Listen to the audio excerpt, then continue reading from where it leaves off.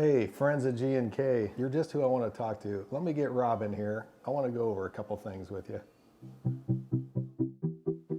So what I thought we would do is just talk about a little bit of wrap up to the 2023 year and just a few observations and things as we move into 24. Usually Rob sits right beside me like this on a normal daily basis. This is kind of weird. Like looking over my shoulder when I'm working in this normal. Oh yeah, I got to keep an eye on him.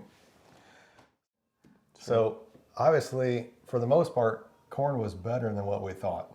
Yeah, it was great. I sat down with you at this table and I asked, what's it going to take for us to have a bad year, Greg?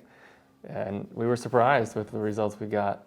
Our pre-harvest yield checks that we conducted at the end of the summer showed us, or what we felt was actually a mediocre corn crop. Nothing terrible, but nothing great. But a lot of corn yields ended up being 20 or 25 bushel better, which, hey, we were pleasantly surprised. I guess it's better to be conservative and be surprised than the other way around. But, you know, we learned that we can handle a lot. Right. And yields were pretty good. We've given a lot of credit to genetics, I think. But it's difficult to do those yield assessments. We can't really explain exactly why we saw what we did, but sure glad that we were wrong in the incorrect direction. I'll tell you some like real standouts to me. Fungicide definitely paid. Oh yeah. There was a lot of value in fungicide, and we've always felt like that. And if you watch some of our previous videos, we talk about that. But fungicide was a clear winner. Mm-hmm. You know what else was a clear winner was situations where farms that were taken care of, like responsible agronomics, good fertility, good calcium, well drained. Yeah. So drainage even paid in the absence of rain. So if you remember, we had a dry finish, but the best tiled and best drained farms, still the best. Oh yeah. I think all those things are going to be most stand out in tough years like what we had here. If you take care of the basics, that's when that's going to really shine for you.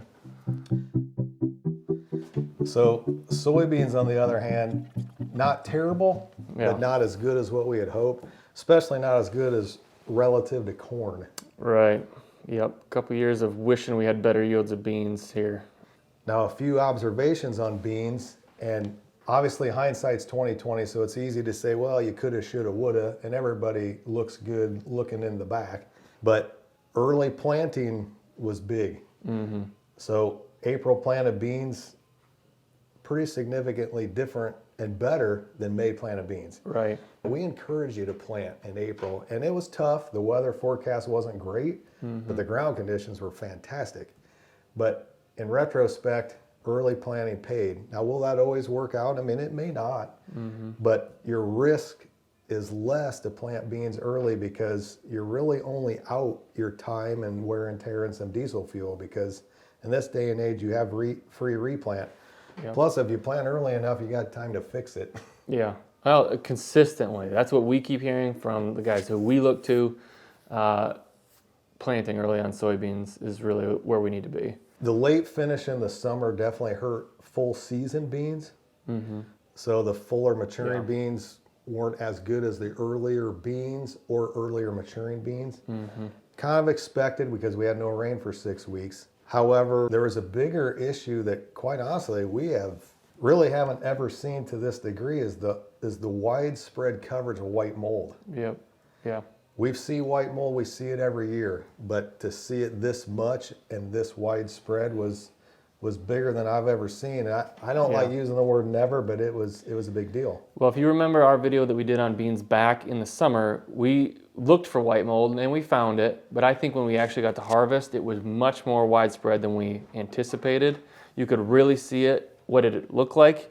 Sometimes that white mold will look like beans laying on the ground. And I don't think this fall particularly we saw that all that often, but it was still white mold. But you would see standing beans and it would just be black pockets. You know, it was very pockety throughout a field, but it was really common for somebody to call me and say, I'm losing 30 bushel in these spots. And it was the white mold. It kind of affects both crops, but if you think back, remember the Canadian smoke cover we had, and you know, enough months went by, it's easy to forget about that kind of stuff. But honestly, we kind of feel like there was an effect of the crop. You know, is it positive? Is it negative? Is it neutral? we do feel there's an effect of the crop. There's not a great way to measure it. We actually learned this week in some research on wildfires that the incidence of wildfires like that is increasing. It's actually the highest it's ever been. Sure. So is that going to be more commonplace? I mean, time will tell. We don't really know that. How do you manage around that? But honestly, and there's no concrete way to prove this, but we think the smoke may have actually helped corn a little bit. Yeah, I would agree. I think it helped. And hurt beans a little bit. And so is that the root cause for everything? It's not, but we do think there's a contribution to corn and the fact that it delayed its maturity. One reason why we may have had wetter corn this fall, it allowed it to not be succumb so much to the heat and dryness. Right, that's in June. Whereas beans, on the other hand, are so daylight sensitive that could have messed with their physiological maturity a little bit. So just something to think about. You know, will we deal with that again? I mean, who knows? Time will tell, but there's one thing we do know: there are no 2 years the same. Yeah, and I'm not sure how I'd manage for that anyway. Let's block that smoke. LED lights. Oh, yeah, we can do that. We only have a few days left in this year. We're about to flip the calendar to 24. And there's one thing I've learned in this business. Once that calendar flips to January, it's like foot on the gas and it goes fast.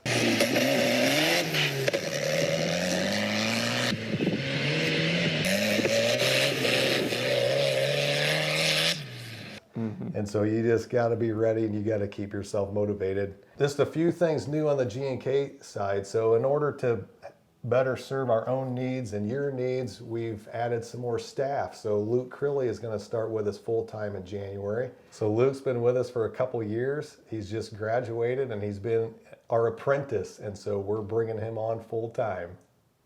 So we're excited for that. So many of you may see Luke in time as we ratchet forward. He does a good job. He's been with us long enough that we know and we trust him fully. We trust him? I do.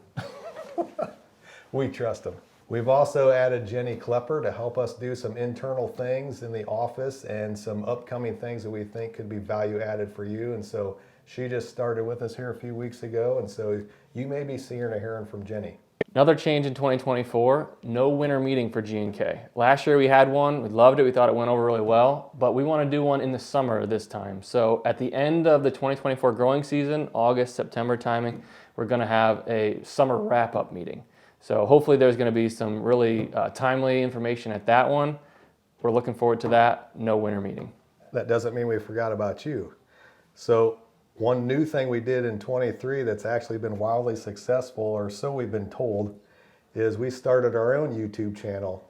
Those of you watching this video know and have probably watched our other YouTube videos. So in light of foregoing the winter meeting and kicking that to the summer, we're going to conduct a little mini YouTube series with some educational pieces starting in January. So be looking for those. We've got some really good information and some pretty exciting stuff that we want to share with you via YouTube.